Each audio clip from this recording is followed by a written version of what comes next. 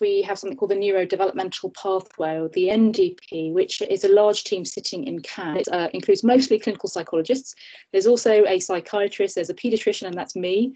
There's a family therapist, a speech therapist, and an occupational therapist. And the way the team works in this pathway, each child is assigned a case coordinator who works alongside some support clinicians in doing the assessment. The case coordinator organises a first informal meeting with the family and the child to kind of get to know them, and then there's a more formal and much longer clinic appointment to do the ADOS assessment, a child's observation, a child assessment, and a detailed parent history. So those are our two services, and I'm going to talk about remote assessments in autism in general and what kind of tools are already available for us to use, but I also want to the experience of using these tools and what we have done in Islington in response to the pandemic. Before I do it, I thought it would be useful just to kind of go over the principles of an autism assessment. What does it actually involve? What should it involve?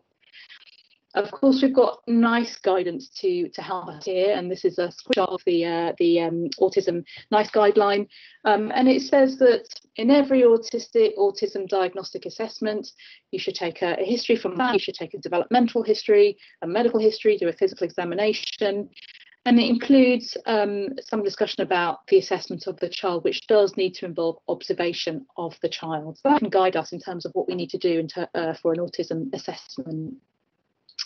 And essentially, the process of diagnosing autism is all about information gathering. We want to find out as much information as possible to find out whether we can, whether the child meets the criteria for a diagnosis of autism using the DS criteria. Now, of course, there are a lot of gold standard tools out there, like the ADOS, like the ADI, the 3DI. They're all kind of validated tools which we can use to edit, but it's important to be aware that they're neither essential nor mandatory in our assessment. And I've just included here the DSM-5 criteria. These are the sheets that we sort of tick off whether or not we feel a child has met these criteria. So now moving on to talking about telehealth in autism in general. It's not a new science, it's been around for some time. Most of the research thinking about tools for remote assessments in autism has come from the United States. And interesting enough, the research has been driven by pandemics, but it's been driven more about increasing accessibility to autism services.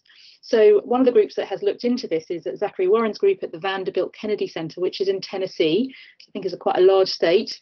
And they note that there are some families who live in remote parts of Tennessee that would have to spend 3 or 4 hours traveling just to get to their most local autism diagnostic assessment center. And so for this reason, they have developed tools that enable these families to be seen locally or to be seen in their own room. Kathy Lord, who is the person who designed and published the ADOS assessment tool, she's based at UCLA, and she has brought out something called the BOSC and the BOSA, which we'll talk about. And there are other assessment tools out there. So one of them is and much of the research has looked at, the validity of using a remote assessment as your approach to diagnosis. It's shown that the sensitivity of such approaches is around 80%. So most studies have shown 78% in this case. I think it was evaluating the Vanderbilt level, which is pretty good. So it's kind of suggesting that most of the cases of autism are picked up and there are very few false negatives. So it's both feasible and valid to use a remote assessment tool to diagnose autism. So let's talk about the different tools that are available. Well, one that has been used by all, widely known, is something called the Vanderbilt Tele-ASD PEDS. We call it the Vanderbilt, it's much easier to say. It's quite a nice, neat little tool. It's a short tool. It's intended for children aged 2 to 3, and these are children who have not yet developed French speech. Designed to be led by parents at home with a video observation by clinicians. I think essentially those activities which we use in the ADOS and other validation assessment tools. So they're activities that are very familiar to us as clinicians, and they include the child playing with toys, the child playing with toys with the parent directing them, the child responding to social bids when the parent calls their name, when the parent directs their attention to something. There are some requesting activities, requesting bubbles, asking for help to open a difficult to open container for a snack, some ready, steady, go play with buzz and balloons, and some social physical play like chasing and tickling games. So that's the Vanderbilt. And the advantage is that they, on their website, have made many of their guidelines and tools and resources freely available. So this is the administration guidelines. It essentially says these are the things that we're going to do, and it tells the parent what to do and what to say. So there we are. Those are all the guidelines. And then they also include this as a rating form. So when you're looking at and observing a child, you can rate what you see, and that's also very helpful. So that's the Vanderbilt. Moving on to thinking about the Bosque and the Kathy Lord's team at UCLA. So this is another team that's done a lot of research in this area. And Kathy Lord, as I said, is the person who invented the ADOS. So she's highly respected. She's given some very recent webinars which have been accessed internationally. So my team, we all watched this webinar, which was a few weeks ago, and there was a follow-up webinar last night, in fact. And she talks about how it's really important to bear in mind that autism assessment, however you do it, needs skills observation. We shouldn't lose sight of that fact. However, she also says that it's okay if the assessment is simply adequate. It just needs to be. And she also says that diagnostic tools are not the final words. They are merely tools providing useful information. So she kind of reinforces this idea that actually it's only about gathering information to make a diagnosis. She's very clear about ADOS using a face mask. An ADOS with video or on video remotely is not an ADOS. You cannot technically describe it as an ADOS and use the ADOS algorithms and score sheets to score a child doing an ADOS in these ways. However, she says, of course, you can use information that you do gather from an adapted ADOS, and you can use it in a descriptive way for it.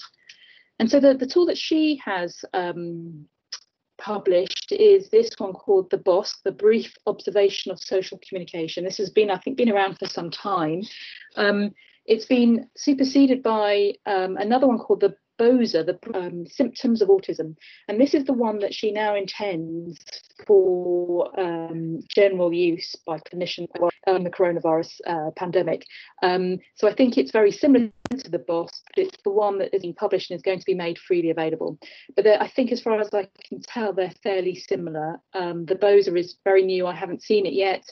We're all in our team going to receive some training about it and to decide whether it's something that we could use. It is brief. It's 12 to 14 minutes. Again, it's parent-led, and it can be done in the parent home, the child's home.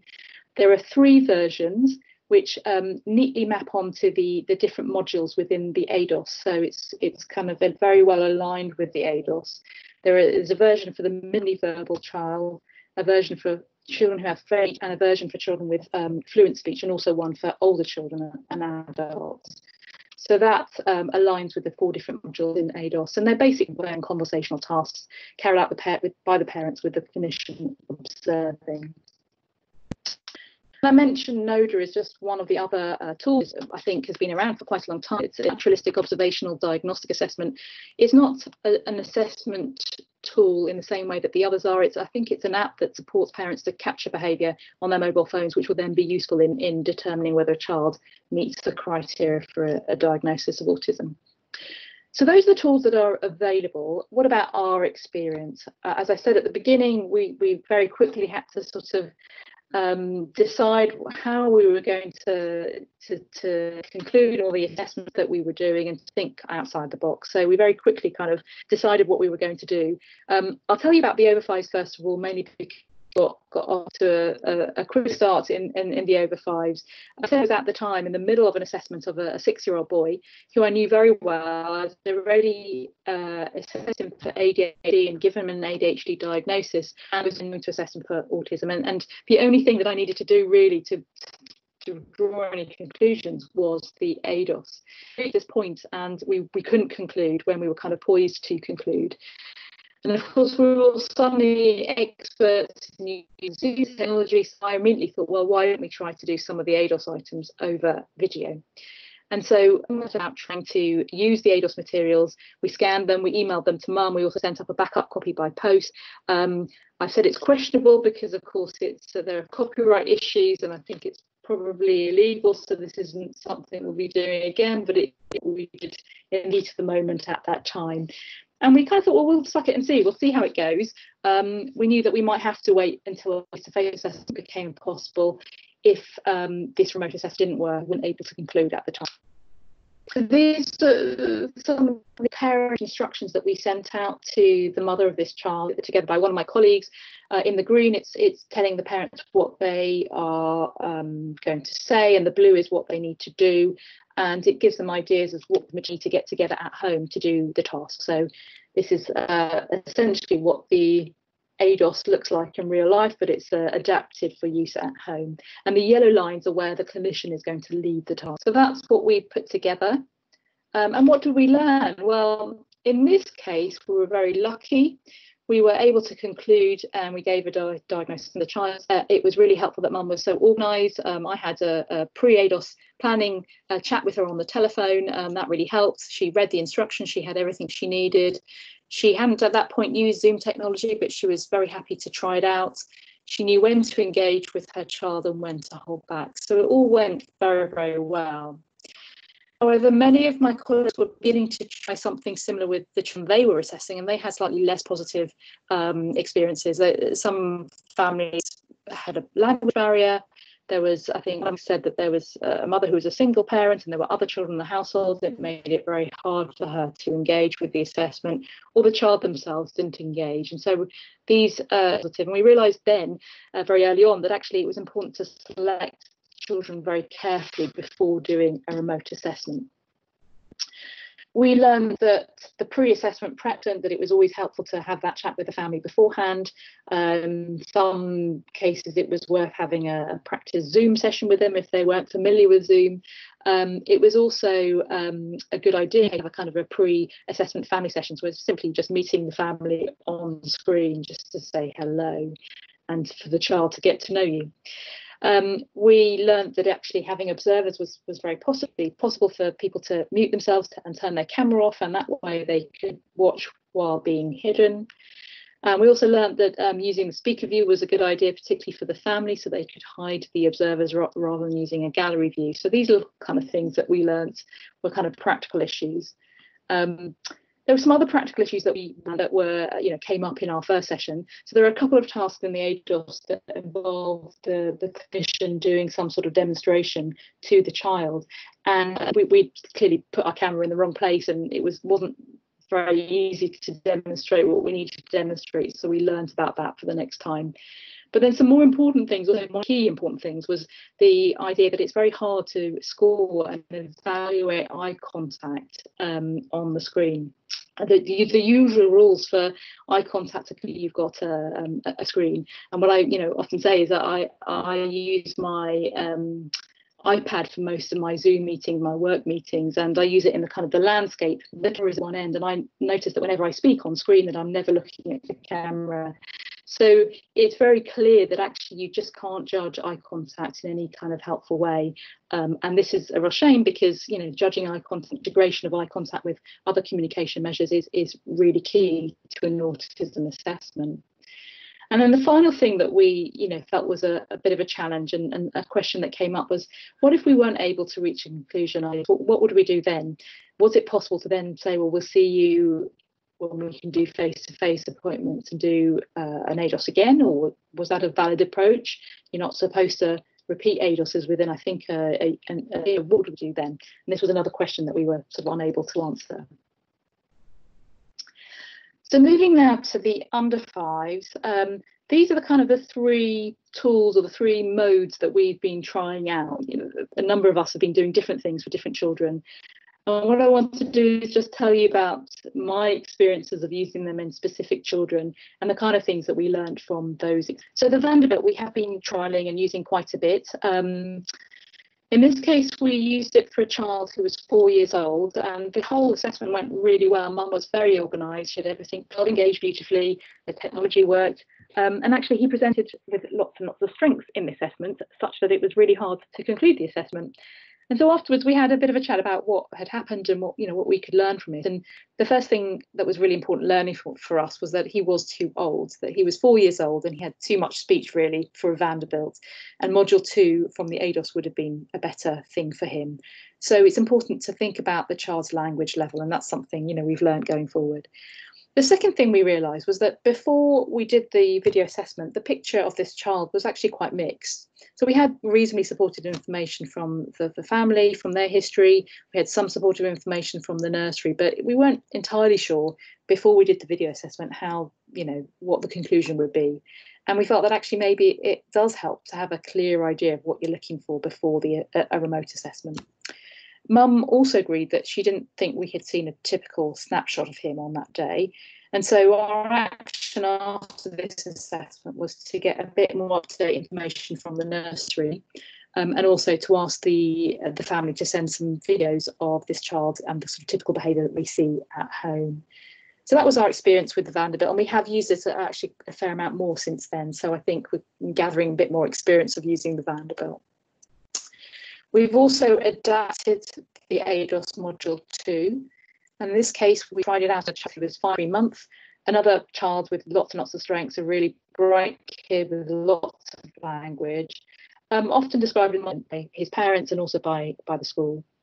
Now, to begin with, the mother was a bit unsure about using video assessments. I think she was a bit unsure about whether she felt a good idea to conclude this sort of diagnosis based on a sort of remote view of her child. But she was also a bit worried about having to wait a long time for the possibility of a face-to-face assessment, and also how valid would a face-to-face assessment be if we had to be wearing full PPE.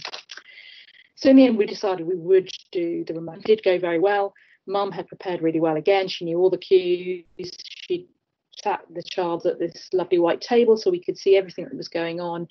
For us, the autistic features were very clear, and we were able to conclude, and we gave the child a diagnosis.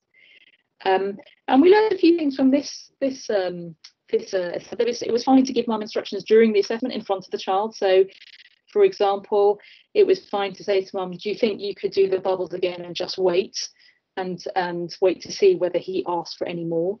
And it was also okay to ask mum to report whether the child had made eye contact with us, though we couldn't judge it. But it was fine to ask her for her ideas of whether he had looked at her when he was asking. So those are the things we learnt with ADOS. And again, we put together a little kind of instruction sheet which we sent to this family, and we send to our families. It gives you a time to get together. It tells you what to do and what to say. So there we go. Those are the tasks that we've used. And the final thing we've been doing is clinical information by other methods.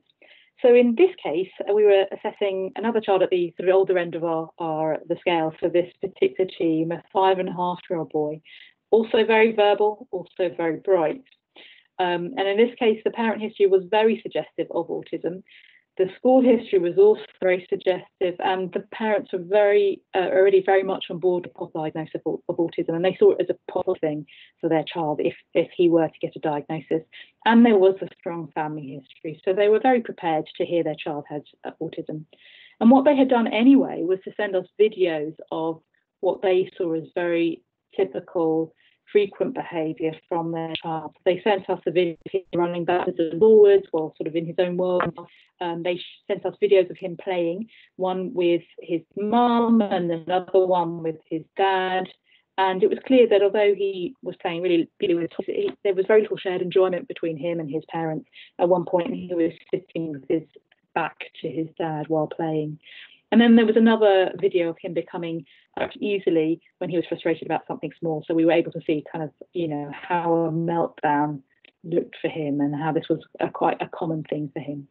So all in all, we had a huge amount of information. We felt that the information we'd been given was already sufficient to complete the DSM-5 and that he met the criteria for a diagnosis. And in fact, we fed back to this family last week and they were very assessment and pleased to be able to conclude the assessment. So those are sort of just a summary of some of our experiences and what we've been doing. It was important to kind of put together an overarching pathway for all of our assessments in both teams. to guide clinicians in the teams as to whether they should be doing a remote assessment, whether that would be a sensible idea. We sort of go by the principle that it should be remote first if possible, but if not possible, then to plan for a face-to-face assessment. So to begin with, it's always important to have that initial telephone conversation with families, to introduce yourself, to have a discussion about whether they would prefer to conversations over the telephone or via video link, and also to find out if they need an interpreter. And then comes the information gathering stage, where we get the parents' history from the nursery. At that stage of gathering information, we realise that there are three important things that we need to think as to whether we should consider a remote assessment. That first of all, if after gathering all the information it seems quite likely the child has autism, then that would be a reason to go ahead for a remote assessment. If the parents are on board with the possibility of autism diagnosis, if they seem ready to hear, then that will be another reason to do a remote assessment. And thirdly, they need to be comfortable with the idea of diagnosing their child remotely and also comfortable using the technology. So those are the sort of three key things that we think are important when selecting children for remote assessment. On the list is also parents do not require an interpreter, which we're trying to do something about. I think at the moment it seems difficult to envisage how we would involve an interpreter with a remote assessment, but I'm sure it's not insurmountable, and it's something we would like to investigate because it feels like it's discriminating against those families who so those are our sort of guidelines, helping clinicians to decide whether or not they feel they can do a remote assessment on the child that they're assessing. And we're, as I said, we're beginning to kind of try lots of different things and beginning to evaluate the kinds of assessments we're doing and what the outcomes of those assessments. So that's all I'm going to say, some references, and I'm very happy to answer any questions. I'm now going to stop sharing my screen. I think that's the thing, and I have to figure how I do that. Here we go. There. I think I've stopped sharing now. You have. That's fabulous. Thank you, Nicole. Does anybody have any questions for Nicole? Either raise your hand or put them in the chat. One thing, can you comment on this, Nicole, from your perspective? When I was hearing Leslie do this presentation, one of the things that she said that really struck me was that she felt that it gave parents it gave them a sort of a more equal standing with the professionals, because they were almost running the process from their side of things. Is that how you've found it as well?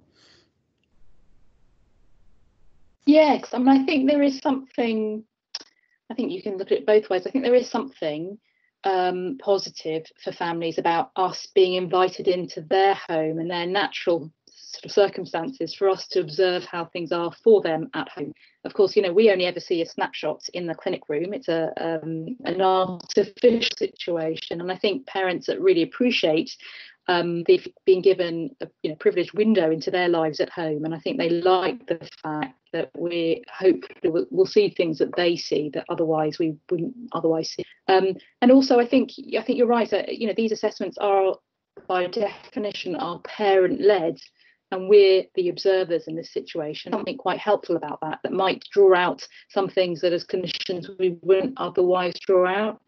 However, the downside of that is that actually sometimes clinicians need to be the drivers a little bit so that we can draw out certain aspects of social communication that we haven't yet seen. So it does help sometimes for the clinicians to be in control, but I think there are clear advantages for parents feeling that the child is in their natural habitat and showing things that the parents see all the time.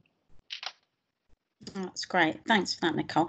And Claire's got her hand up. Claire, would you like to come in? Hi, I just wanted to say it's really interesting listening to what you've had to say. I think we're at the stage in Baines and Wiltshire, we're looking at kind of what we do next, and we've done a lot of the kind of the initial bit of the pathway and the information gathering and telephone calls with families and settings. And so our next steps are looking at kind of what virtual assessments we can offer while we're still planning the kind of safe return to face-to-face assessment. So it's really interesting to see that, there's already some services that have already started trialling this. And I suppose I'm just really interested in how services can link up. So there's a bit of kind of consistency around how we're sort of doing these virtual assessments. And I think it's really interesting. There's lots of things happening already. And I'd just be interested to know sort of what people think about how we might have a bit more of a kind of collaborative approach to it rather than all the areas doing sort of very similar things individually.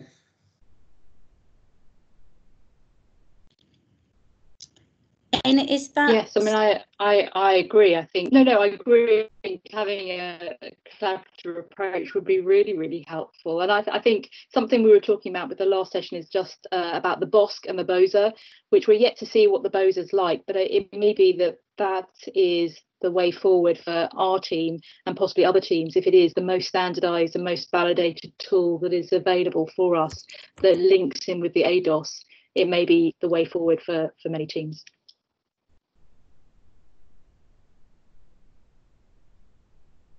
I think I'm also aware of a couple of academics who I think have either got funding or are applying for funding to do things to try and validate the various approaches that people are trying at the moment. So I think the frustrating thing about that especially for people like me who want it solved now, is that obviously that takes time to do properly. So, and it doesn't necessarily help you right here, right now. But I think where that will help us is in identifying. It's a bit like what Lorraine was saying in her presentation. It's what new things have we been doing that actually we should start to introduce to our practice, not just because of the pandemic, but actually because aspects of them work really well. So I think it will really help when we're starting to make those sort of decisions when we're in more of a recovery situation.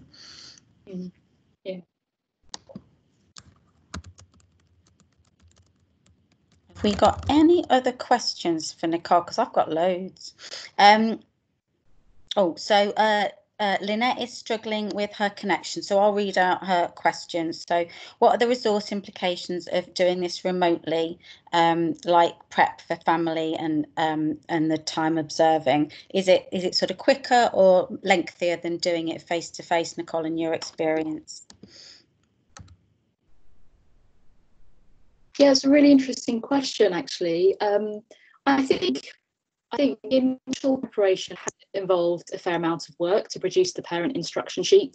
But I think now that we've produced them, of course, they may change or may decide to take a different tack. But now that we've produced them, and we've also produced guidelines for our clinicians as to how to approach an assessment, I think it's much more streamlined now. I think actually it hasn't been, implications haven't been that great. That actually I think we've spent as much time with families that we would have done in the face-to-face situation. I don't think it's had a huge impact now that things are kind of up and running and people are getting used to doing the kind of protocols that we're using. So I don't think it's had a huge impact, not yet anyway.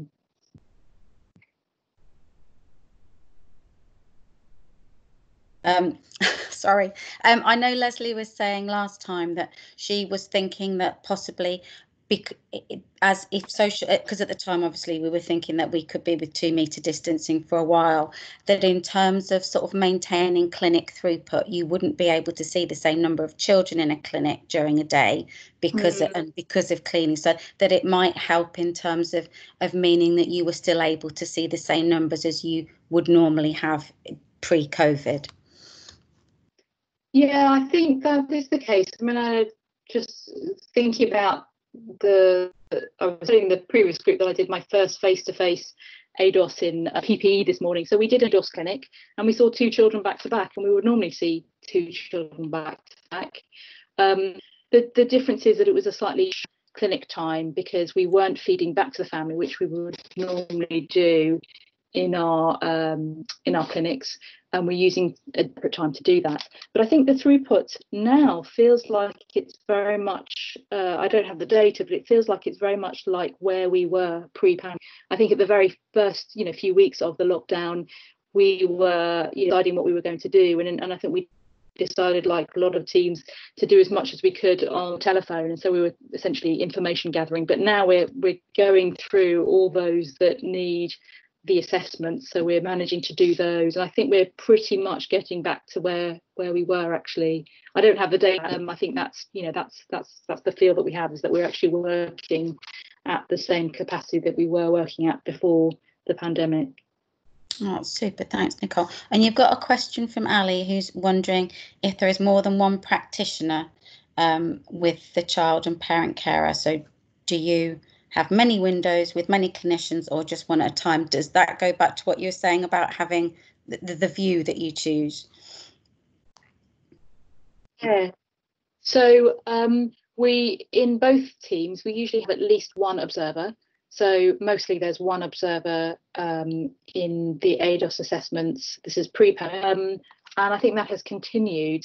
So there's usually one observer on the screen watching over the video.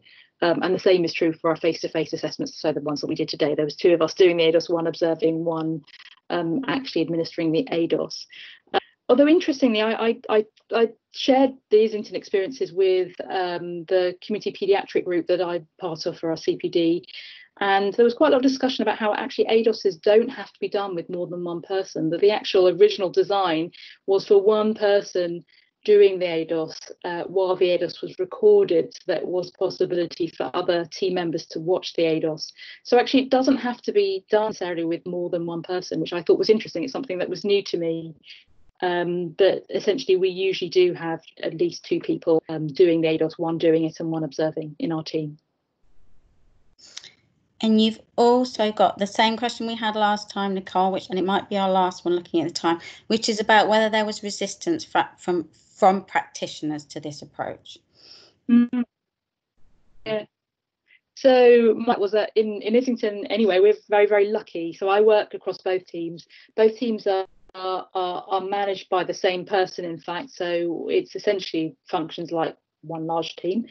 We're all, I said, I'm very lucky that I work with lots and lots of clinicians who are all very, very flexible and very keen to try lots of new things out. So I personally have not experienced any resistance from anybody. I think everybody is very keen to just get on and try things, which I think is one with the Islington team, is that we're very good at just saying, well, why not? Let's have a go. Let's see what happens.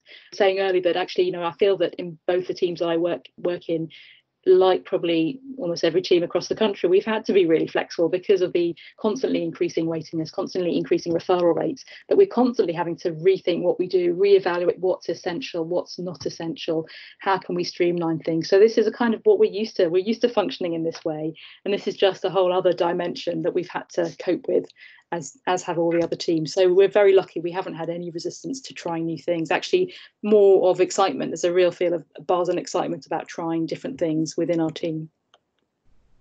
Oh, that is super. And are you all right for me to share the slides with people, Nicole? That would be great. So thank you so much again for that. We've got 2 minutes left. So Claire has got in under the wire with the last question. So have you carried out face-to-face ADOS with clinicians and child wearing face masks? I think you said you just had, Nicole. That's correct. So today was my first time doing face-to-face one. We've just started them last week, in fact, but it was my first clinic today. We have set it up so that the person doing the ADOS wears a visor, plastic visor, a plastic mask and gloves. And then the person observing wears a normal surgical mask with gloves so that they can help to handle some of the items and tidy them away and so on. So that's what we did today. My initial experience was that it went very well. In neither, we saw 2 children, and in neither case did the child seem at least perturbed by a strange woman wearing a funny visor. So they didn't seem to mind that at all. It seemed to go very well. So yes, so far so good, I would say. It's not been, it's kind of weird for the clinician wearing all this gear. It's a very, very strange thing, particularly when, especially if you're wearing a face mask. I think we're so used to communicate by smiling and, sharing our joy at seeing this child, that actually to have your face covered is a very weird thing. But actually, in terms of the administration, it didn't seem to have much of an impact on the ADOS. Okay, that is brilliant. Thank you so much for sharing that, Nicole, and for giving up your time. I know everybody has really appreciated that, so can't thank you enough. It's been absolutely brilliant. Thank you everybody for joining in and for asking questions. And as I say, we will share the write-up and also post the recording that we've done. So thank you very much. And it's 4:30 and I'm going to let you go. Don't forget to do your evaluation. Thank you very much indeed. Thank you. Thank you.